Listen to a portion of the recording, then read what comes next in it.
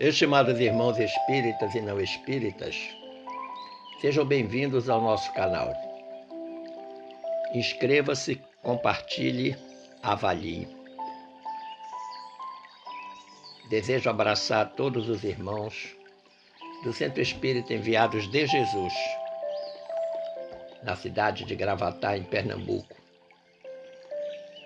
Abraçando a todos e a cada um com renovada alegria.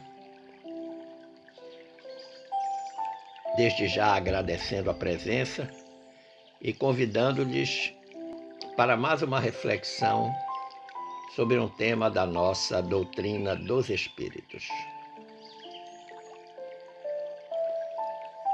Manda-lhes dizer a benfeitora Glorinha: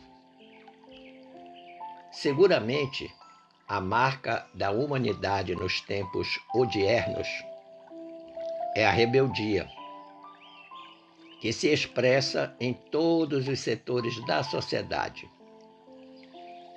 especialmente no que se refere à religiosidade. As consequências têm sido desastrosas, porquanto espíritos rebeldes e empedernidos atrasam o seu progresso e o progresso da Terra na direção do mundo de regeneração. Tendo a liberdade de escolher o tema para nossa reflexão, e com base tanto no Evangelho quanto nas obras da codificação, especialmente o nosso Evangelho segundo o Espiritismo, ouvida a mentora, resolvemos escolher o tema obediência e resignação. Nossa base evangélica vem do Evangelho de Mateus, capítulo 11, versículo 29, quando Jesus disse aos discípulos e todos aqueles que o escutavam no antológico Sermão do Monte: tomai sobre vós o meu jugo e aprendei de mim, que sou manso e humilde de coração, e encontrareis descanso para as vossas almas. A base doutrinária vem do nosso Evangelho segundo o Espiritismo, capítulo 9, cuja temática é bem-aventurados os que são brandos e pacíficos, e mais especificamente a instrução do espírito Lázaro. Se nós pudermos estabelecer um ponto de partida, nós o faremos exatamente a partir da instrução do espírito Lázaro, quando em determinado momento ele nos diz: a doutrina de Jesus ensina em todos os seus pontos a obediência e a resignação, duas virtudes companheiras da doçura e muito ativas, se bem que os homens erradamente as confundam com a negação do sentimento e da vontade. A obediência é o consentimento da razão e a resignação é o consentimento do coração. Forças ativas ambas, porquanto carregam o fardo das provações que a revolta insensata deixa cair. Olha que interessante. Primeiro, essa confusão que nós fazemos do significado dos termos obediência e resignação, quando as confundimos com negação do sentimento e da vontade, quando na realidade não é. Ambas representam um consentimento, sendo que a obediência é o consentimento da razão, da lógica, enquanto que a resignação é o consentimento do coração. Por que nós precisamos utilizá-las? Porque muitas vezes, diante das adversidades, nós ficamos aborrecidos, revoltados, tristes, e não queremos suportar o fardo que a provação nos impõe. Quando a nossa mentora afirma que os tempos odiernos são marcados pela rebeldia, em realidade ela está relembrando Lázaro, que lá na sua instrução afirmou: cada época é marcada assim, com o cunho da virtude ou do vício, que atende salvar ou perder. Salvar a quem e perder a quem? A época, ao momento. E Lázaro prossegue dizendo: a virtude da vossa geração é a atividade intelectual, sem dúvida. Seu vício é a indiferença moral. E esse é um diagnóstico preciso e doloroso. De fato, nós nunca tivemos tão adiantados na intelectualidade quanto nos tempos odiernos. Por outro lado, nós estamos, como diz Lázaro, absolutamente indiferentes do ponto de vista moral, com sofrimento alheio, com as coisas difíceis pelas quais passa a humanidade, com o meio ambiente. Isso tudo representa um grave risco ao espírito imortal que deseja o seu progresso em direção à genitude. Nós precisamos nos preocupar com essas coisas. Lázaro diz: obedecei à grande lei do progresso. E ele arremata com propriedade, dizendo que toda resistência orgulhosa terá, de cedo ou tarde, ser vencida. Então não adianta nós resistirmos aos ventos da mudança que estão se apresentando para todos nós. Do contrário, nós permaneceremos estacionados, marcando passo no mesmo lugar, e estaremos desmerecendo a lei do progresso a que todos nós temos direito.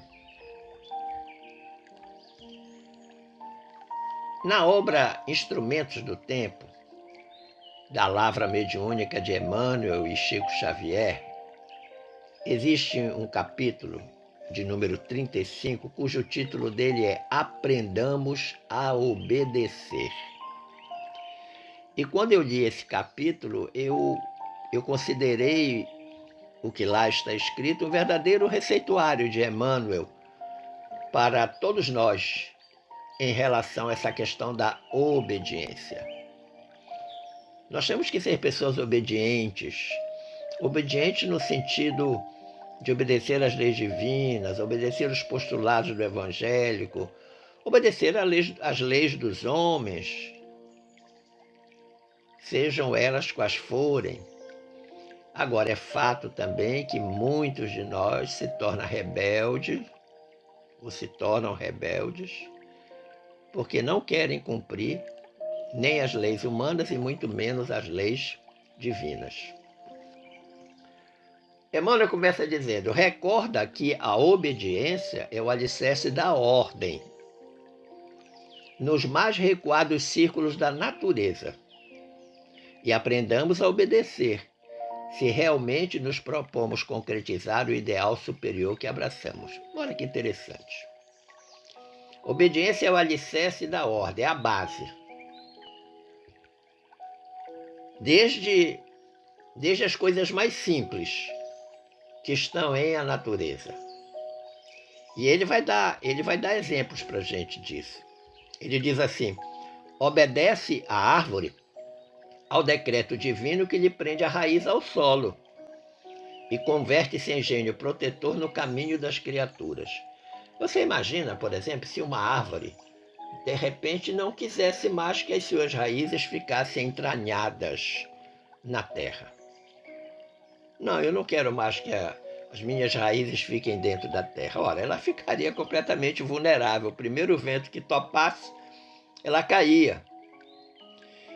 Quando, na realidade, quanto mais fundas são as suas raízes, mais segura ela fica e se torna uma espécie de abrigo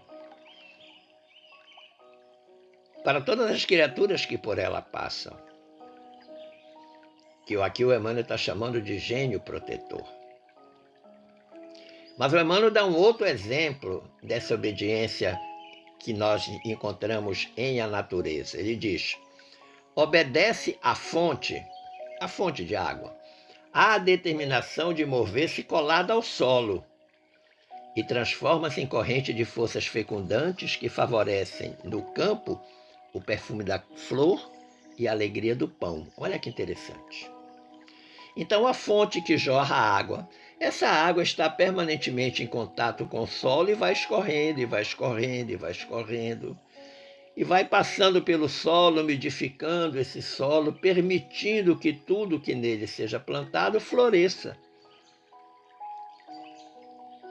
É uma corrente de força fecundante, porque tudo que ali está plantado vai florescer. E ele vai usar uma alegoria muito bonita, ele vai falar que favorece no campo o perfume da flor e a alegria do pão.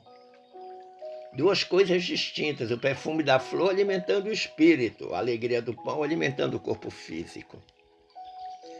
Mas o Emmanuel diz mais: tudo que representa utilidade à mesa da civilização encontra na obediência a sua razão de ser. O animal obedece e domestica-se. A semente obedece e produz.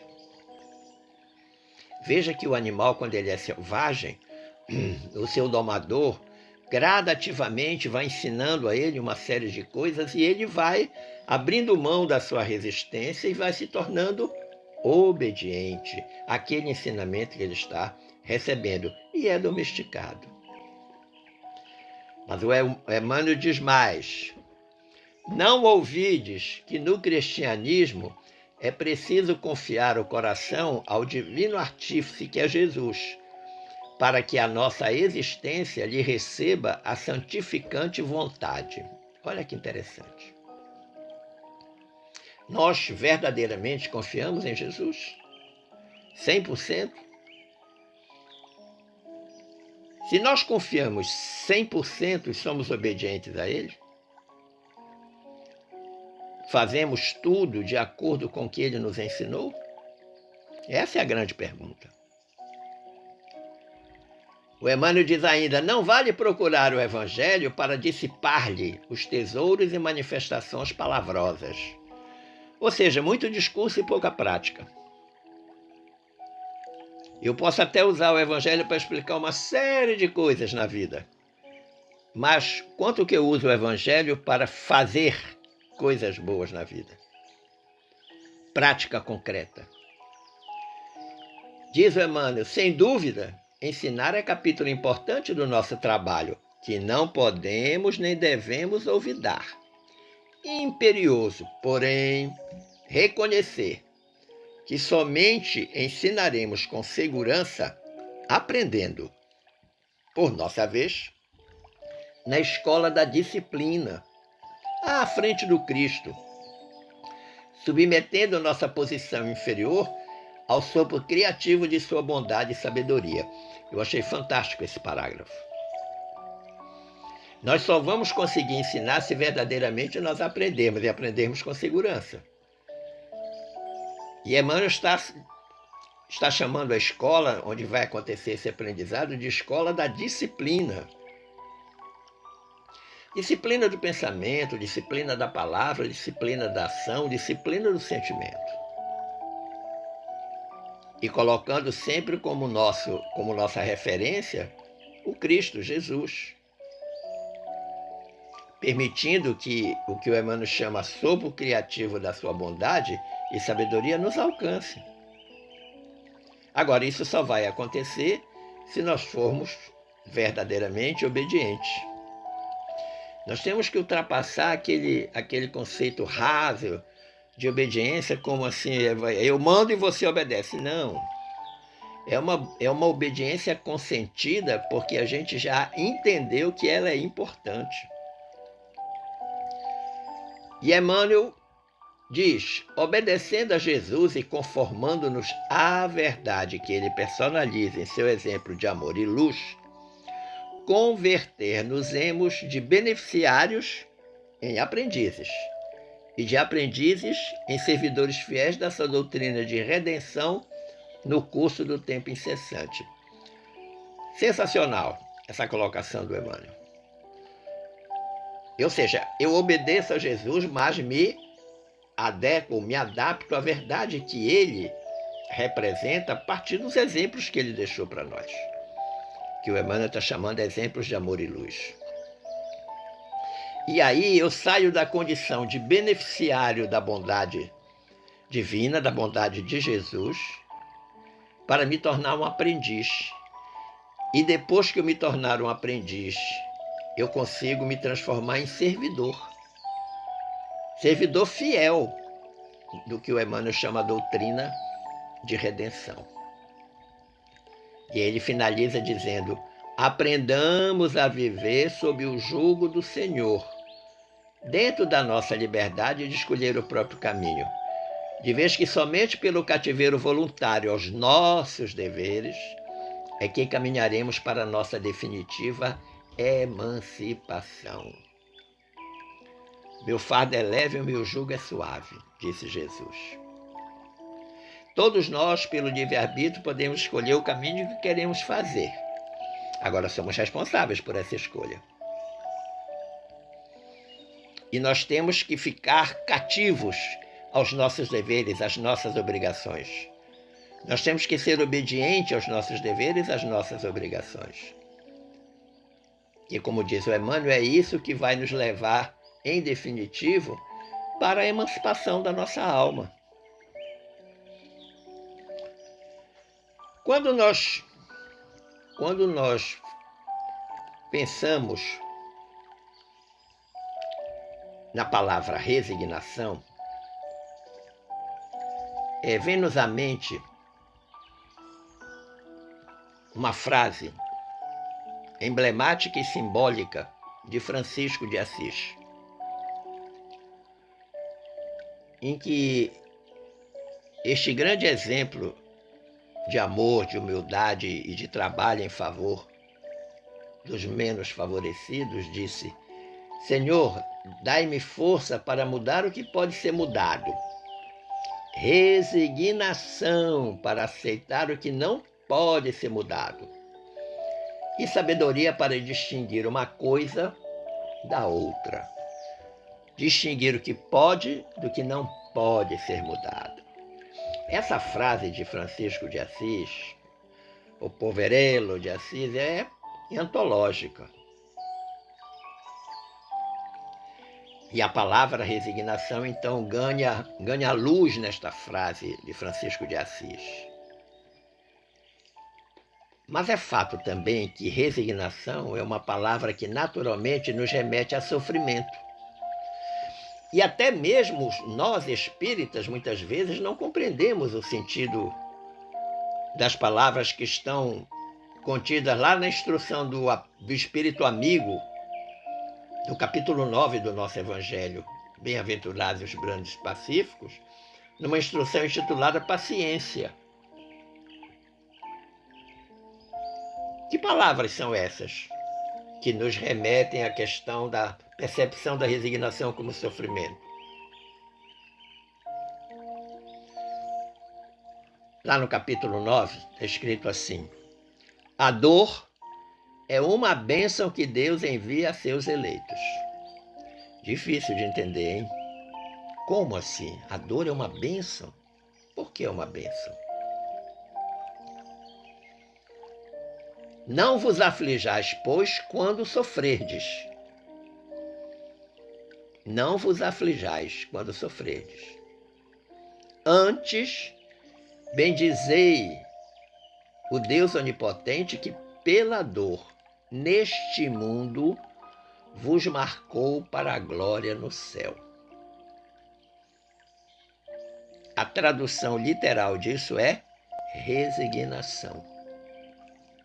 Vou passar por dificuldades? Vou.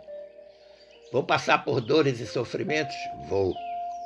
Mas, principalmente aquelas que independem da minha vontade, eu tenho que bendizê-las. Por quê? Porque, de alguma forma, se elas estão chegando até mim, é porque eu preciso delas. Não há nenhum sentido de sadismo nesta frase. A dor é uma bênção que Deus envia. Não, não há sadismo nisso. Mas de uma elevada resignação ante os tormentos da vida. Veja, meu amigo, minha amiga, que quando nós vamos à coletânea das preces espíritas, que está lá no capítulo 28 do nosso Evangelho, nós aprendemos no prefácio da prece em favor do ato de submissão e resignação algo importante. Existe uma prece lá que é prece em favor do ato de submissão e resignação. Nós temos que orar para ser resignados, para ser submissos. E no prefácio dessa prece está escrito assim: quando um motivo de aflição nos advém, se lhe procurarmos a causa, a miúde reconheceremos estar numa imprudência ou imprevidência nossa, ou, quando não, em um ato exterior. Em qualquer desses casos, só de nós mesmos nos devemos queixar. Se a causa de um infortúnio independe completamente de qualquer ação nossa, ou é uma prova para a existência atual ou a expiação de uma falta de uma existência anterior, neste último caso, a natureza da expiação pode nos fazer conhecer a natureza da falta, visto que somos sempre punidos por aquilo em que pecamos. Olha que interessante. Nossas aflições precisam ser examinadas no sentido de por que isso está me acontecendo. Eu estou aflito em função de tal coisa. Por que esta coisa está me acontecendo? Na maioria das vezes, é como diz aqui no prefácio, é imprudência ou imprevidência da nossa parte. Mas pode ser que esse infortúnio não dependa da gente. Mas aí ele chega até nós. E ele vai chegar até nós como prova, para nos testar, ou como expiação, para ressarcirmos o que estamos devendo. Que lá no final desta sentença do prefácio, ele diz: visto que somos sempre punidos por aquilo em que pecamos. É fato que no que nos aflige só vemos em geral o presente, não as ulteriores consequências favoráveis que possa ter a nossa aflição, as coisas antigas do passado. E aí a gente pode voltar aqui ao conselho do Espírito Amigo que assina a instrução. A dor é uma bênção que Deus envia aos seus eleitos. Que em realidade essa dor ela está vindo como resposta a algo que foi feito. Quando? Pode ter sido ontem, pode ter sido em 10 encarnações anteriores. Mas o fato real e concreto é que em qualquer caso, ou em todos os casos, nós devemos submeter-nos à vontade de Deus e suportar com coragem as tribulações da vida, se queremos que elas não sejam levadas em conta, em consideração, e para as quais nós podemos aplicar uma frase do próprio Jesus, lá no Sermão das Bem-aventuranças, quando ele disse: bem-aventurados os que sofrem. Ele sabe que todos nós sofremos e passamos por sofrimentos. Agora, só serão bem-aventurados aqueles que efetivamente suportarem com coragem as tribulações da vida. E isso vai fazer uma grande diferença. Para fecharmos nossa reflexão acerca desse tema, eu recorri ao espírito Albino Teixeira, lá no capítulo 18 da obra Passos da Vida. Este capítulo 18 intitula-se O que mais sofremos. Então, Albino Teixeira, com uma felicidade extraordinária, trouxe através da pena mediúnica de Chico Xavier uma mensagem fantástica. Eu tenho certeza que vocês concordarão comigo. Ele começa como afirmativa. O que mais sofremos no mundo? Ou seja, quais são as coisas da vida que mais nos fazem sofrer no mundo? Então, a gente vai começar a apresentar os exemplos e o contraponto. O que mais sofremos no mundo? Não é a dificuldade. É o desânimo em superá-la. Não é um problema em si que nos faz sofrer, mas é a nossa falta de vontade de querer superar. Suportar com coragem a tribulação da vida. Não é a aprovação, é o desespero diante do sofrimento. A aprovação chegou, ok, nós temos que ter lógica, raciocínio, serenidade, bom senso, calma, prudência, sabedoria. Saber, inclusive, que aquilo vai passar, mas até passar, nós temos que experimentar. Então não é a aprovação, é o desespero diante do sofrimento. O fato daquilo que ainda vamos sofrer já nos desespera. Não é a doença, diz o Albino, é o pavor de recebê-la. O estado de insegurança que a gente fica quando qualquer coisa ameaça a nossa saúde é terrível. E quando nós verdadeiramente ficamos doentes, aí a coisa complica de vez. Não é um parente infeliz, é a mágoa de tê-lo na equipe familiar. Você tem lá um parente que te causa muitas dificuldades. Ok, é uma provação. Vai adiantar eu ficar aborrecido, chateado, com raiva, porque ele faz parte da família? Ele faz parte da família, e agora? Aceita, acolhe, abraça, suporta, para não sofrer. Diz o Albino, não é o fracasso que nos faz sofrer, é a teimosia de não reconhecer os próprios erros. Erramos, fracassamos, caímos. Levanta, recomeça. Reconhece que errou por isso e por aquilo. Faz o meia-culpa. Não é a ingratidão, diz o Albino, é a incapacidade de amar sem egoísmo. Essa eu achei fantástica. Não é porque os outros são ingratos comigo, mas é a minha incapacidade de amar as pessoas sem egoísmo. Porque se eu só fico chateado com a ingratidão porque eu sou egoísta.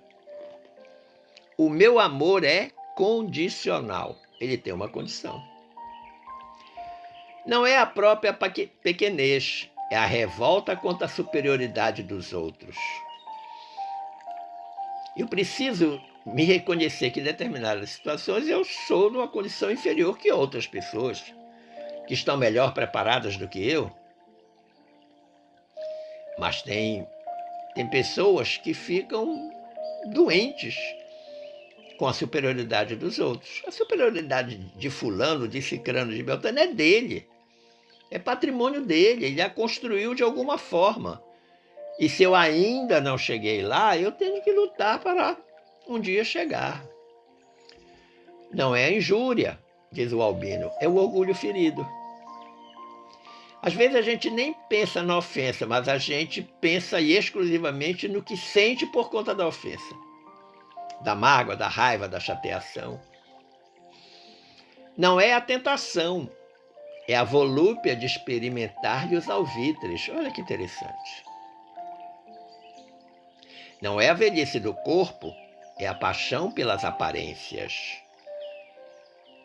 A gente está envelhecendo e vai mudando a configuração morfológica. Mas a gente gostaria de aparentar permanentemente uma fisionomia nova, um corpo novo, um aspecto novo, uma morfologia de 20 anos. Mas nós agora temos 70, 80, e agora? E aí, o Albino encerra de uma forma muito legal. Ele diz, como é fácil de perceber, na solução de qualquer problema, o pior problema é a carga de aflição que criamos, desenvolvemos e sustentamos contra nós. Ou seja, o meu sofrimento é criado por mim mesmo. O problema que veio até mim está aqui, diante de mim. Ponto. E agora, o que eu faço com ele? Me desespero, me resigno, compreendo ou não? A aflição, ela sempre precede a fase aguda do sofrimento. E tem a turma que morre de véspera, feito o peru do Natal. O problema ainda nem aconteceu, mas ela já está criando a aflição, porque ela acha que vai ser assim. E às vezes, mais do que achar, ela diz, eu tenho certeza, o que é um risco muito grande.